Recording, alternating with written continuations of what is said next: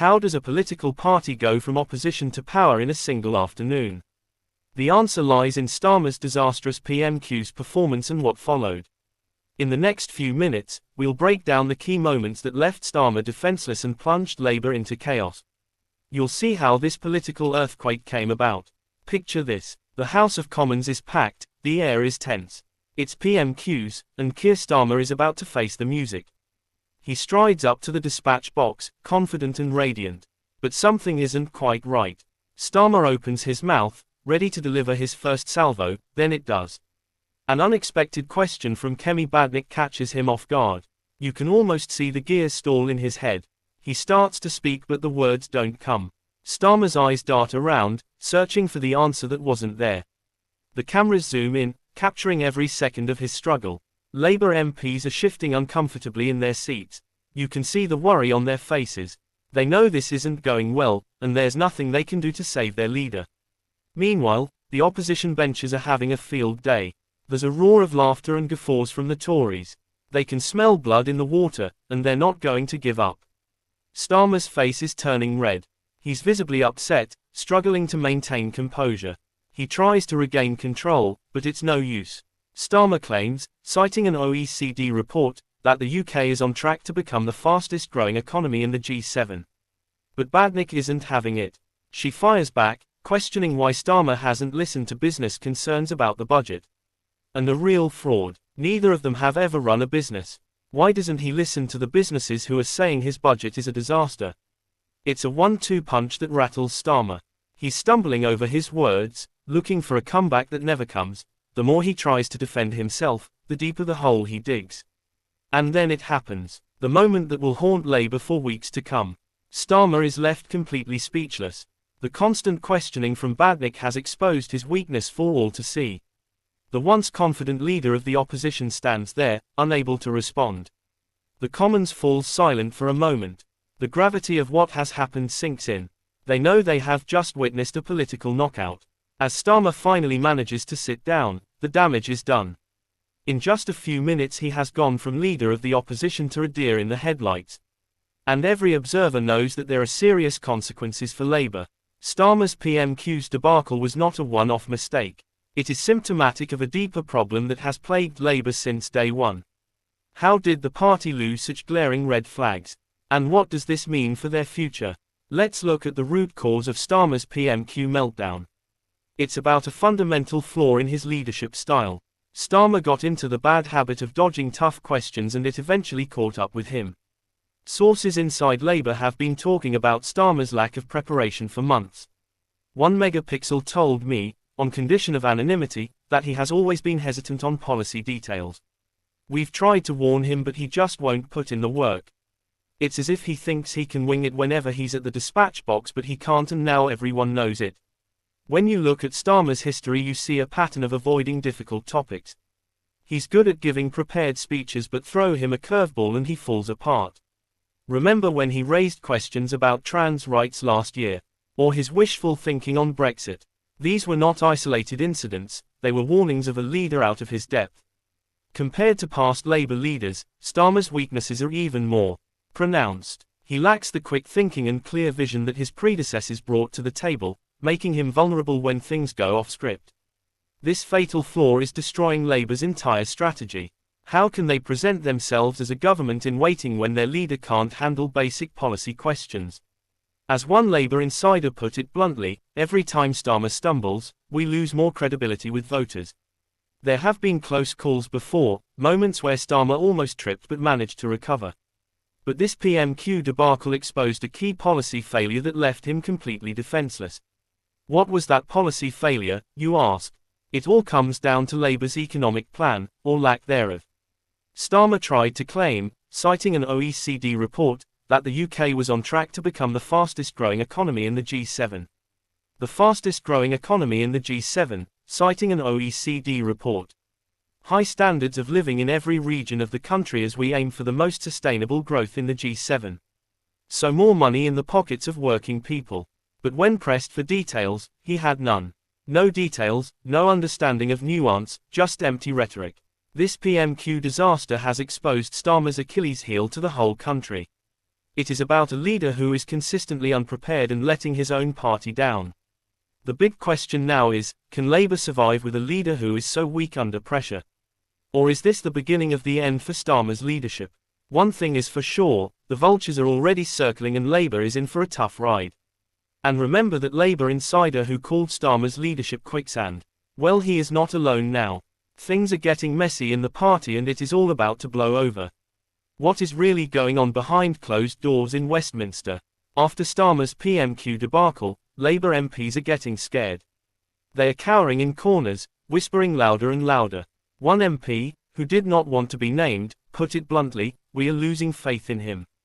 If he doesn't change things quickly, we may need to look at other options." This is something serious there. And it's not just the general troublemakers who are causing problems. Even Starmer's biggest fans are starting to have the doubts. I am a Labour supporter, but I believe some of the policies he has brought forward are a bit misguided. It is spreading throughout the party and no one is safe. MPs who used to defend Starmer are now silent, no matter what. When you ask them about it, they either offer weak excuses or simply change the subject.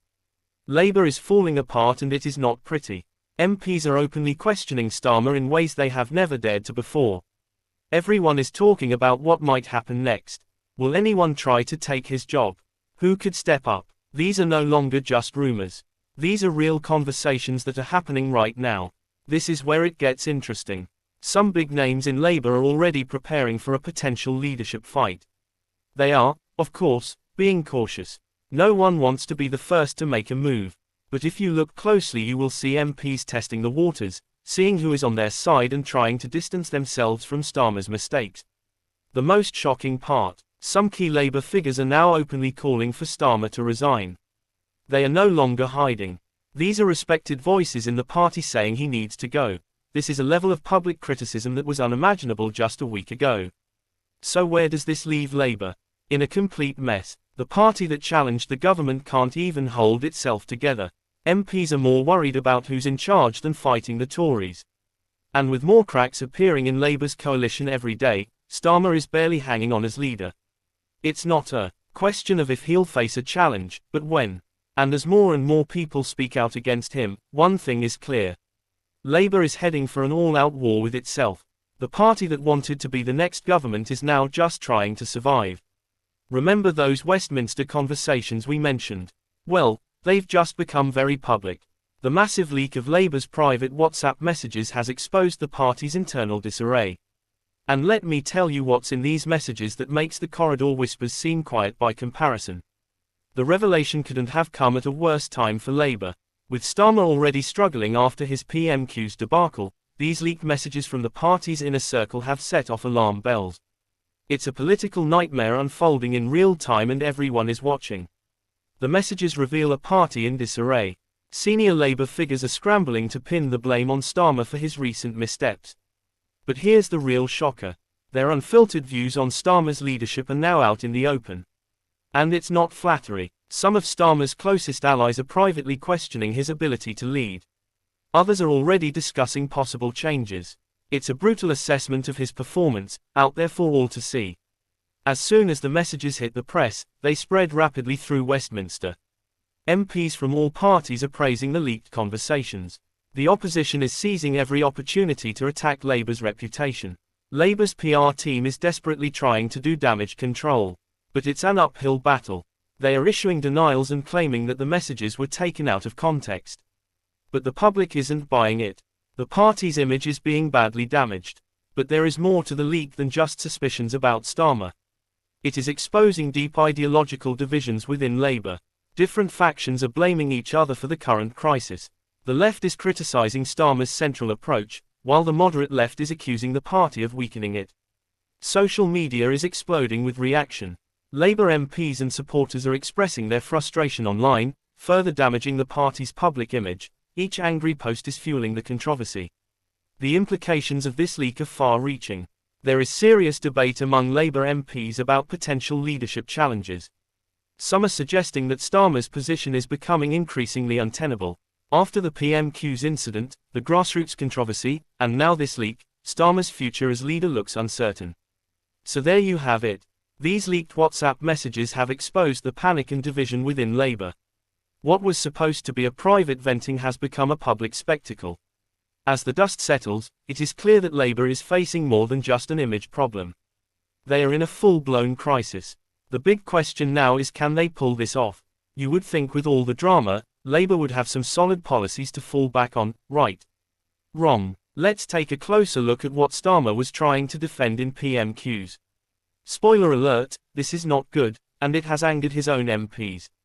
Remember when Starmer claimed that the UK was on track to become the fastest growing economy in the G7? Well, that turned out to be completely unfounded. He couldn't back it up with any real details or understanding. This is embarrassing and reveals a major weakness in Labour's policy department. Labour's economic plan is vague and inconsistent. They keep changing their stance on taxes and public spending. One minute they are making big promises, the next they are backtracking. It's no wonder Starmer has been unable to defend his position. It's a moving target, but it's not just about economics. Labour's entire policy platform is shaky. Experts say Starmer is relying on old party lines rather than coming up with new ideas. He seems stuck in the past, hoping no one will notice his lack of innovation. Things are so bad that nearly 3 million people have signed a petition calling for a new general election. They are saying that Labour has broken too many promises and cannot keep its story straight. That is a lot of voters who have lost faith in Starmer and his team. Starmer's own MPs are angry at his failure to defend Labour's policies in the PMQ. They are saying that he has dropped the ball on public sector reform, which has left a big gap in his plans. This leaves him unfit to govern. So there you have it. Labour's policy problems are a serious problem. Starmer has not been able to defend his economic plan because there is not much of it. And now that their weaknesses have been exposed, Labour's reputation is suffering. Can they turn things around before it's too late? What are your thoughts? Let me know in the comments. Remember those polls when Labour was comfortably ahead? Well, the latest numbers are painting a very different picture. The outcome of Starmer's PMQ disaster is potentially game-changing. And the Conservatives are not letting this moment slip away. The Tories are buzzing with excitement. You can almost feel the energy crackling through Westminster. They've seen Starmer stumble and now they're going for the kill. So how are the Conservatives going to capitalise on Starmer's epic failure? They're going all out. Every interview, press conference and social media post is a mouthful of Labour's incompetence. They're replaying Starmer's stumbling performance on loop, making sure voters don't forget this momentous moment. The Tories have a strategy to keep Labour on the back foot. They're throwing curveball questions left and right, trying to catch Labour off guard again. It's as if they're saying, if Starmer can't handle PMQ, how can he run the country? The implications for the upcoming by-elections could be massive. Labour was feeling confident about its chances. But now, not so much. The Conservatives are pouring resources into these races, sensing an opportunity to flip some seats. They are saying to voters, look at Labour's mess, do you really want them in charge? The polling data since Starmer's meltdown is eye-opening. Labour's lead has been eroded and some polls even show the Conservatives moving ahead. It is a dramatic reversal that has political pundits scratching their heads and Labour supporters breaking out in a cold sweat. The Tories are not the only ones enjoying Labour's misfortune. They are actively plotting to exploit every weakness. They are digging into Labour's policy gaps, ready to expose every contradiction and flip-flop. They seem to be making a case against Labour with Starmer's PMQ's disaster as Exhibit A. This moment could reshape the entire political landscape. We are talking about a potential sea change in British politics. The Conservatives are acting as if they have been given a second wind, a chance to turn the tables after months of trailing in the polls. And the signs that Labour is imploding are everywhere. MPs have openly questioned Starmer's leadership. Leaked WhatsApp messages are exposing internal chaos. A complete lack of coherent policy. It is like watching a political party tear itself apart in real time. The Conservatives are loving every minute of it. They are painting a picture of a Labour Party that is unfit to govern. And with Starmer floundering and his team in disarray, it is an image that is becoming increasingly difficult for voters to ignore. The media's response to Starmer's PMQ's debacle has been relentless. The headlines that once hailed him as Labour's great hope now question whether he is leading the worst opposition in decades. It's a dramatic shift that's happening at breakneck speed. Social media isn't giving up either. Hashtags mocking Starmer are trending non-stop, every awkward moment of this session being shared and remembered. It's as if a political catastrophe is unfolding in real time, and everyone is joining in. Every attempt to change the narrative is drowned out by another damaging story. Sources say there's been heated behind-the-scenes discussions with journalists, but Labour's spin is not sticking. This media nightmare is hitting Labour where it hurts, the wallet. Donors are getting worried. Who wants to back a party that's struggling this badly? It's a vicious cycle. The worse the coverage, the harder it will be for Labour to fund its comeback. And let's be real, Starmer is not getting any slack here. Every mistake, every policy flip-flop is under intense scrutiny. It seems he has a target on his back, and the media is not backing down. The most telling sign is how bad things are. Starmer's allies are falling silent. The people who were singing his praises a few weeks ago are nowhere to be seen. Some are even distancing themselves. It's classic politics. When the going gets tough, fair weather friends disappear. So where does that leave Labour? In deep trouble, that's where. With the media piling in and supporters retreating, Starmer is looking increasingly isolated. The big question now is, can his leadership survive the onslaught? And right now, things are not looking good for him at all. The crisis in the Labour Party is deepening by the minute. Let's take a closer look at what's really going on behind the scenes. Starmer's recent appearances are telling. He's avoiding eye contact with the cameras. His shoulders are slumped and his voice is shaky.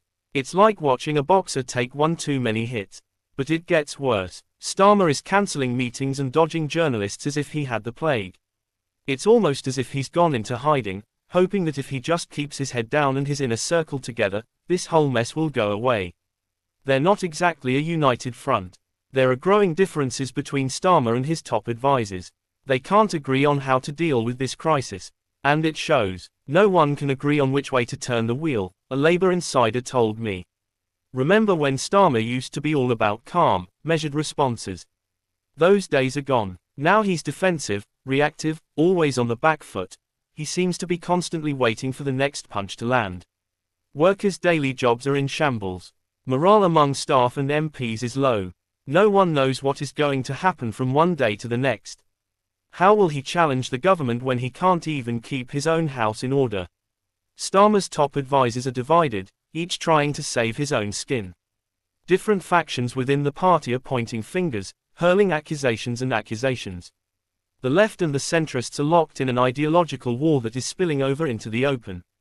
It's like watching a family feud on national television. You'd think with all this chaos someone would step up and take charge, right? Wrong. Instead there are loud calls for staff changes and tactical shifts. We're trying to build a house on quicksand, one Labour insider told me. Every time Starmer stumbles, we lose more credibility with voters. And guess who's getting caught in the crossfire? Junior staff. While the big shots are busy playing the blame game trying to bring down the little guys. It's a classic move, kick them down when things go wrong. But that's not fooling anyone, especially not the MPs who are watching the scene. This internal conflict is having real consequences. Labour's election planning is dying. They are more focused on their own power struggle than on winning voters. It's political malfeasance, plain and simple. The most damaging part of all of this. Labour MPs are now openly questioning Starmer's leadership. One megapixel didn't mince words. We are losing faith in his ability to lead. If things don't change soon, we may have to consider our options. So there you have it. Labour has been imposed by the opposition and they have no one to blame but themselves. The question now is not whether they can win the next election. It's whether they can even make it out in one piece. What do you think? Is this the end of the road for Starmer? Or can Labour pull itself back from the brink? Let me know in the comments below.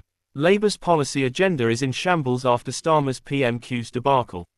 The party's major announcements are now on hold and their entire strategy is up in the air. No one knows when or if they will get back on track. There is complete chaos within the party. Labour MPs are fighting over how to get their message right. Some want to stick to the guns while others are pushing for a complete do-over. They can't seem to agree on whether to use fire extinguishers or a garden hose to put out the flames. Labour's budget proposals look more shaky than ever. How can they promise to manage the country's money when they have blown a simple colander?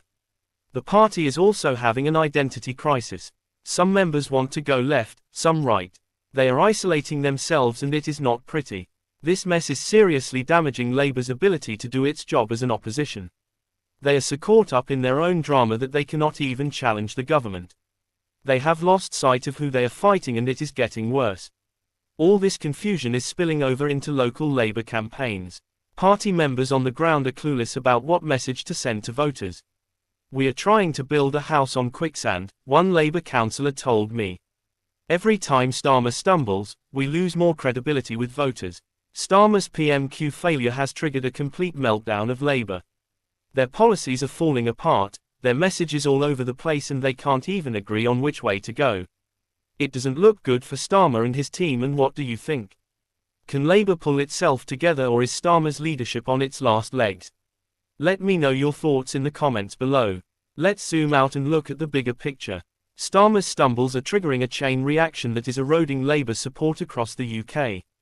From key swing seats to Labour strongholds, the party is facing a collapse that could dwarf their 2019 collapse. In all of these key swing seats, Labour support is waning. Voters who were on the fence are now jumping ship. How will Starmer run the country if he can't handle a simple question at PMQs? Labour-led councils and mayors are in full panic mode. They see the writing on the wall and it's not pretty. "We are trying to distance ourselves from the National Party," a Labour councillor told me off the record. "It's like being tied to a sinking ship. Current fundraising figures show a clear decline compared to previous years. Donors are getting cold feet, and who can blame them? No one wants to throw good money after bad, especially when Labour looks like a lost cause every day. Labour is a nightmare trying to recruit candidates for the upcoming election. Who wants to walk under a banner that is increasingly toxic?" One insider spilled the beans, saying that potential candidates are reluctant to align themselves with a party that is perceived as weak under Starmer's leadership. Talk about a vote of no confidence. And while Labour is falling apart, the smaller parties are having a field day. They are swooping in and taking disillusioned Labour voters left and right. In Wales, for example, Reform UK will perform strongly, possibly winning a significant number of seats. All this is making Labour MPs break out in a cold sweat. They have flashbacks to the 2019 election collapse, and let me tell you, the fear is real. A Labour insider didn't mince words. "If we don't get our act together, 2019 will look like a golden age compared to the time to come." But here's the real kicker. The moderates think Starmer is too weak and no one thinks he's fit to lead. Labour isn't just facing a bad poll or two. They're staring down the barrel of a full-scale disaster. And at the rate things are going, they may not have much of the party left to save. What do you think? Can Labour pull itself back from the brink? Or is this the beginning of the end? Let me know your thoughts in the comments. The Labour leadership crisis is growing by the day. The party is struggling to find anyone willing to challenge Starmer. It's looking more and more like a train wreck. Let's see who might try to take over. Rachel Reeves is talking a big game about the economy, but her own party members aren't buying it. They think her ideas are about as interesting as watching paint dry. She keeps talking about being responsible with money, but Labour voters wonder if she remembers what the party stands for. Then there's Jess Phillips. She's on TV so much you'd think she was trying to start her own channel. Phillips wants everyone to think she speaks for the average person, but come on, she's as down to earth as a movie star. She has a lot to say about social issues, but can she really run a political party? That's the real question. Behind the scenes, it's chaos. These phony leaders are making all sorts of promises to win support, but Labour is so divided that they're speaking different languages.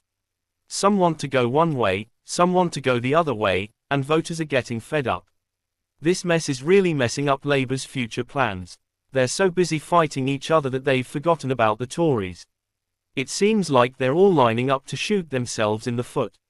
And let's face it, Labour's rules for choosing a new leader are ridiculous. You have to jump through a lot of hoops just to get noticed. It's almost as if they don't want anyone new to have a chance, but the way things are going they may have no choice. Here's the kicker. These potential leaders are trying to distance themselves from Starmer as much as possible. They're all pushing their own ideas, trying to show that they're different. It's a risky game and not everyone looks good, so there you have it. Labour is in a real pickle, Starmer isn't cutting it, and the others aren't looking much better. What do you think? Is there any hope for Labour, or is it done for? Let me know what you think in the comments. Well, The latest numbers are in and they don't look good for Labour. Starmer's PMQ's debacle has sent shockwaves through the party and it's showing in the polls. Labour's comfortable lead is gone. Some polls are even showing the Conservatives moving ahead. It's the dramatic turnaround everyone talks about, but it's not just about the numbers. The focus groups are tearing Starmer apart. One participant summed it up. He seems out of touch and unable to connect with what we care about. These are the kinds of impressions that keep politicians bouncing around overnight. The crisis is hitting Labour hard across the board. Their support among young voters has waned and key constituencies are shifting. Seats they thought were safe now look shaky. It's a nightmare for Labour strategists. Meanwhile, the Conservatives are riding Labour's bad luck. Their support is growing without much effort on their part, but they are not the only ones to benefit. Smaller parties like the Liberal Democrats and Reform UK are gaining strength as disillusioned Labour voters look for alternatives. All of this is disrupting Labour's long-term strategy. One political analyst did not mince words. If this trend continues, Labour could be looking at a disastrous election result. There are even serious doubts about Labour's ability to form a government. Starmer's attempts to regain control are failing. Every move he makes seems to make things worse for Labour. The big question now is, can Labour pull itself out of this mess? Or is it too late? What do you think? Let me know in the comments. Labour's future doesn't look good right now. If they don't sort themselves out soon, they could be in serious trouble come election time. They need to get their act together fast, or they could find themselves pushed to the edge of British politics. What do you think? Can Labour come back from this? Or are they headed for disaster? Leave your thoughts in the comments below. If you want to stay up to date with all the latest political drama, don't forget to like and subscribe.